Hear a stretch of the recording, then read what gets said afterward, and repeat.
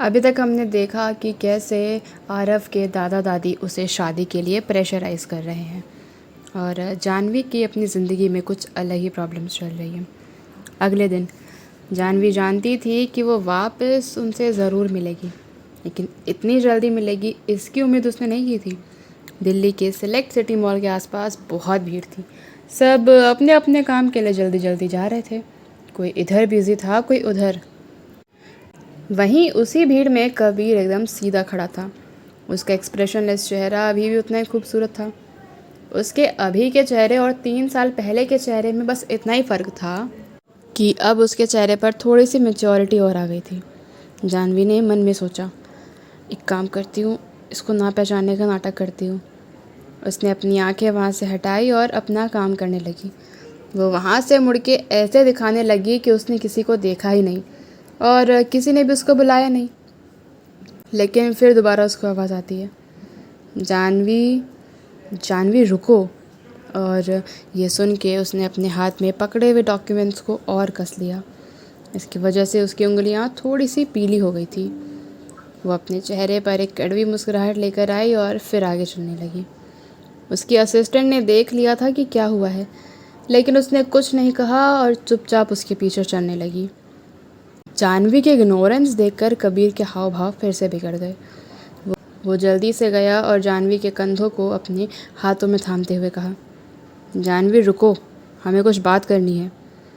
उसकी आवाज़ बहुत ही शांत थी। उसने अपने कंधों पर से कबीर का हाथ हटाया और अपनी असिस्टेंट से कहा, ये काम मैंने कर दिया, बाकी तुम जाओ, मैं आती हूँ। अपने इंस्ट्रक्शंस उसने दिए और पलक को वहाँ से जाने का ऑर्डर दे दिया। उसने अपने कामों को ख़त्म किया और डॉक्यूमेंट्स रख के वहाँ से जाने लगी। पिछले 3 सालों में ना सब में बहुत बदलाव आ गए थे। वो जानवी जो थोड़ी शांत रहा करती थी, अब वो कहीं भी नहीं थी। उसके बदले एक ऐसी जानवी आ गई थी जिसने सबसे अपनी दूरी बना ली थी। उसकी आंखों में अब इंसानियत नहीं थी।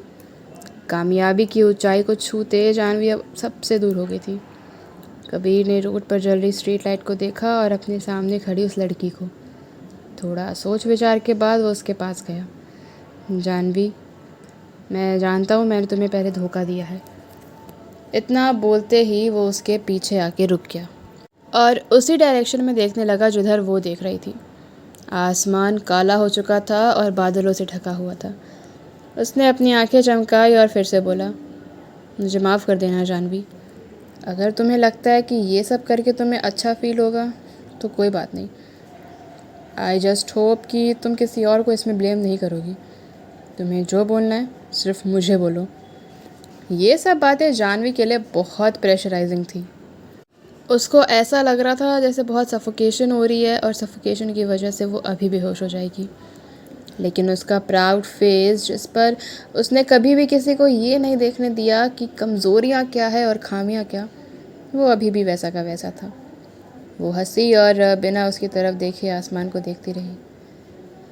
मुझे लगा जैसे बाकी मुझसे पूछते हो तुम भी मुझसे पूछोगे, हाय तुम कैसी हो। लेकिन लगता है वो आगे इस बारे में बात नहीं करना चाहती थी। उस धोखेबाज इंसान से तो बिल्कुल भी नहीं। उन सब यादों को वो याद नहीं करना चाहती थी जो उसने इन 3 सालों में सजाए थे। वो किसी को ये नहीं पता लगने देना चाहती थी कि उसका दिल भी उन काले बादलों जैसा हो गया। जब तक बारिश नहीं होगी तब तक वो वापस नहीं जाने वाले। जानवी, तूने खुद को कुछ ज़्यादा ही ओवर एस्टिमेट कर लिया ना। इतनी सैड क्यों है? तुझे अभी भी उसकी चिंता है ना? पर क्यों? वो कबीर को देखते हुए बोलने लगी, मैं अक्सर ये सोचती हूँ कि काश मैं तुमसे कभी नहीं मिली होती। कम से कम मुझे ये सब तो नहीं भुगतना पड़ता। इतना बोलकर वो वहाँ से मुड़ गई और चुपचाप उन स्ट्रीट लाइट के नीचे चलने लगी।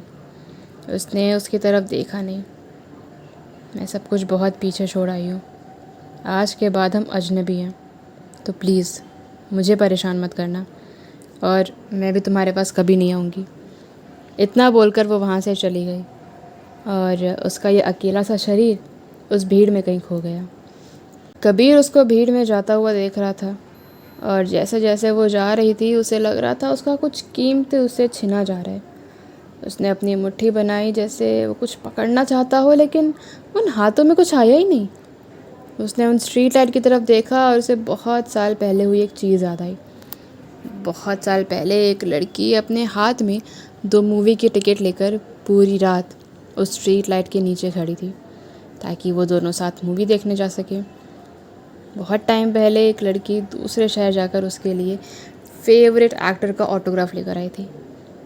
बहुत टाइम पहले अक्सर चीज़ें बहुत सिंपल होती थी, पर उनकी मासूमियत इतनी थी कि वो बहुत ही खुशनुमा पल हुआ करते थे। वो पल उसके लिए काफ़ी स्पेशल थे। वो बहुत ग्रेटफुल था जानवी ने जो भी किया उसके लिए। जब वो फ़ॉरेन में था तो अक्सर अपने दोस्तों से छुप के उस पर नज़र रखने को कहता ताकि उसे पता लगे कि वो ठीक है या नहीं। लेकिन ग्रैटिट्यूड कभी प्यार नहीं होता। बहुत लोग एक दूसरे के लिए ग्रैटिट्यूड फील करते हैं, लेकिन उसको प्यार नहीं कहा जा सकता। वो सिर्फ जानवी से इन सब चीज़ों के लिए माफ़ी मांग सकता था। लेकिन जब उसने देखा कि जानवी ने अपनी पीठ उसकी तरफ कर दी है तो उसे लगा उससे कुछ ऐसा वापस जा रहा है जो उसके पास अब कभी वापस नहीं आ सकता। इन शॉर्ट, जानवी अब उसकी लाइफ का वो हिस्सा बन चुकी थी जो अगर वो चाहे कोशिश करे तो भी उसके पास कभी नहीं आ सकती। तो कैसी लगी हमारी अब तक की स्टोरी कमेंट करके ज़रूर बताइएगा। बीच बीच में थोड़ी कन्फ्यूज़न लग सकती है, बट एंड में जाते जाते सब क्लियर हो जाएगा। Till then, thank you, bye bye.